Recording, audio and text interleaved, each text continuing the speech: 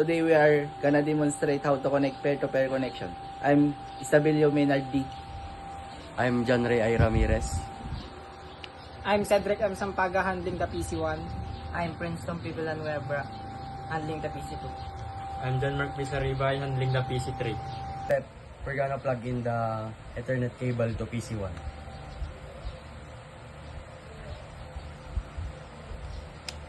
Next, plug in natin yung second Ethernet cable sa PC2. Lastly, yung Ethernet cable ng PC3.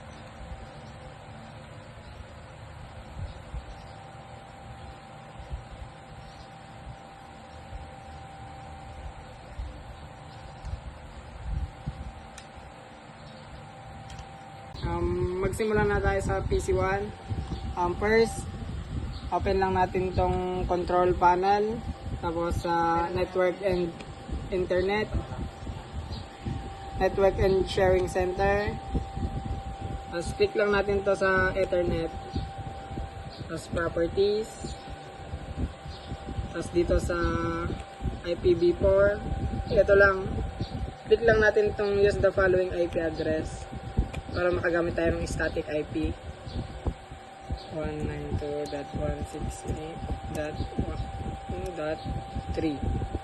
Tapos dito pa sa default gateway 192.168.1.3. Tapos okay lang natin yan. PC sa mas, dapat i-click natin yan. Yan. Tapos okay lang natin. Okay. Close. Tapos punta naman tayo sa change adapter sharing para sa file sharing natin. Click lang natin yan. Tapos on lang natin itong mga kailangan. Network discovery and file printer and sharing. On lang natin to. Tapos ito, public folder sharing on lang. Tapos yung password wag na natin i-on. Tapos punta na tayo sa command prompt. Try nating i-pin yung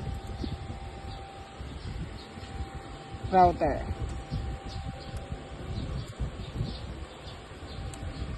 Yun, pwede na siya. Mag-proceed na tayo sa PC2. I'm handling the PC2. First step, punta tayo sa control panel. Next is network and internet. And then network and sharing center. Dito punta tayo sa Ethernet properties, tapos internet protocol. Ibahin natin yung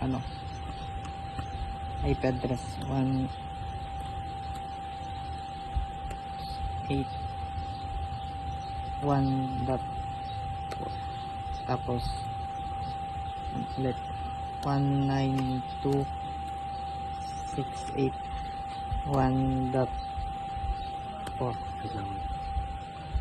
Tapos naiban na po yung then okay, close. Tapos punta po tayo dito sa advanced sharing settings. I-on lang po natin tong yung mga then ayun po, tapos na po, proceed na po tayo sa PC3. I'm handling the PC3. Ayun. Punta tayo sa control panel. Then network and then internet. Network and sharing center. Then Ethernet. Properties lang.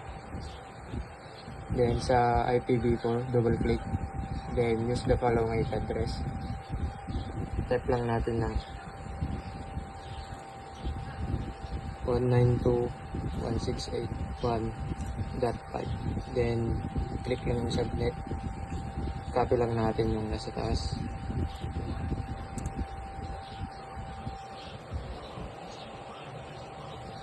Then okay lang. Okay na yan. Close. Then punta tayo sa advanced sharing. On lang natin to.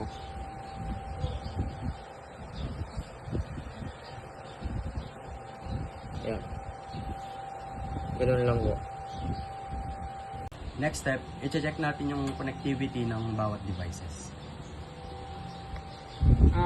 First, check natin yung connectivity ng router.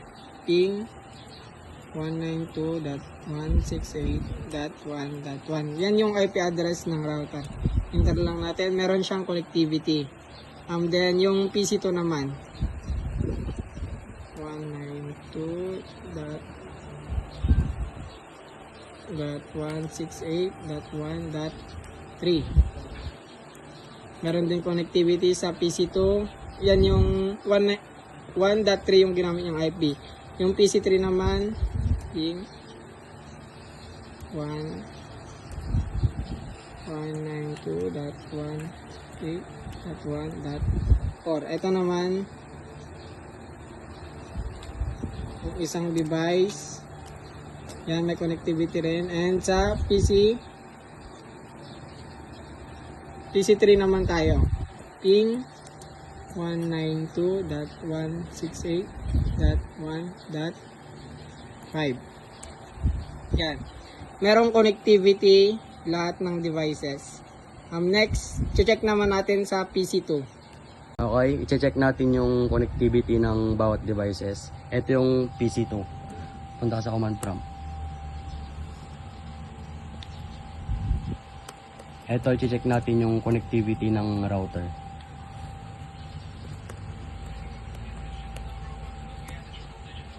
Okay, makikita natin dito na connected na.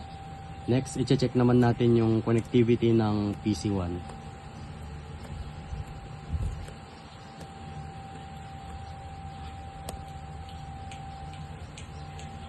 Okay, makita din natin dito na connected na. And lastly, check natin yung connectivity ng PC3.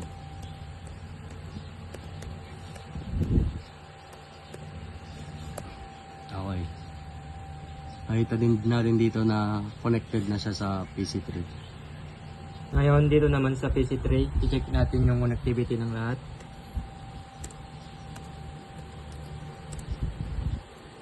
Ito yung IP address ng router.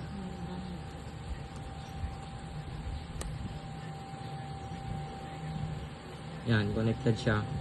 Sa PC1 naman,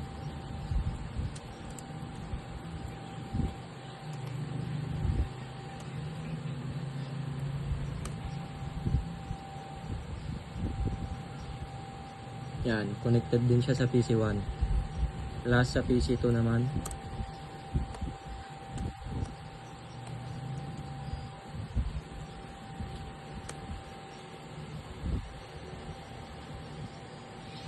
Yan, connected din siya.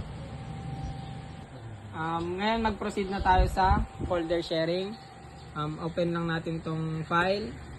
Then mag-create tayo ng folder dito sa desktop. Create new folder. Tapos rename lang natin yung folder net 101 peer network. Tapos sa loob ng folder 1, maglagay lang tayo ng documents.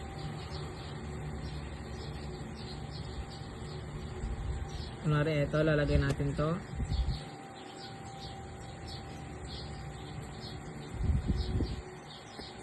Desktop. Paste lang natin dito.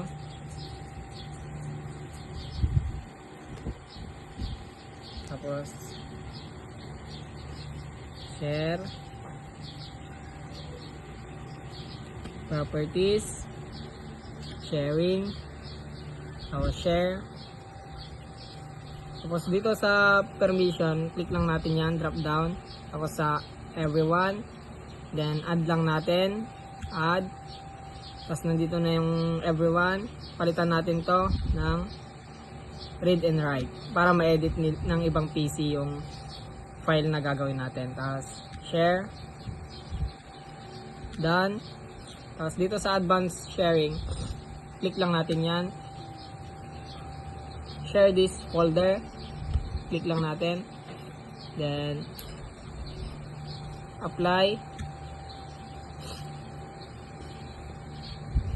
Add. Okay lang natin yan. Huwag na natin yung pakialaman.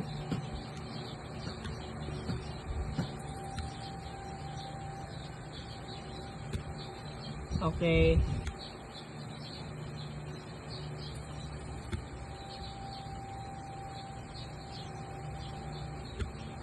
Permissions.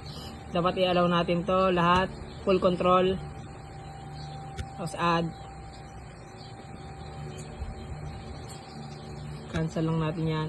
Apply na natin. Okay. Apply. Okay.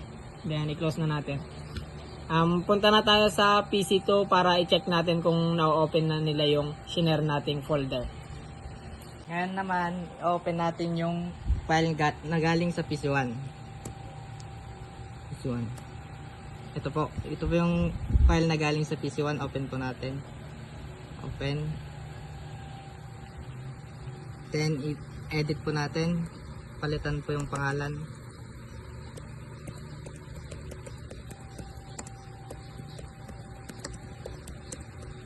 Tapos, pagkatapos po, i-save po natin. Control S. Then, i-save po natin dito. Save.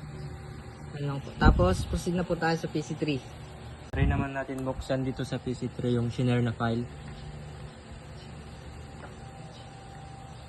Try natin i-rename.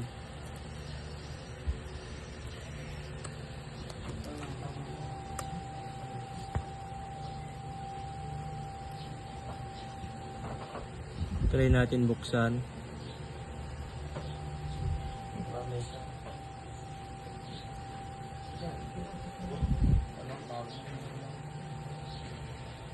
Yan.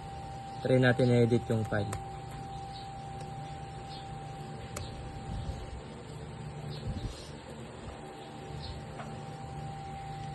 Save lang natin. Yan. So that's how you do the pair-to-pair connection, sir. Feel ko, na kami dito.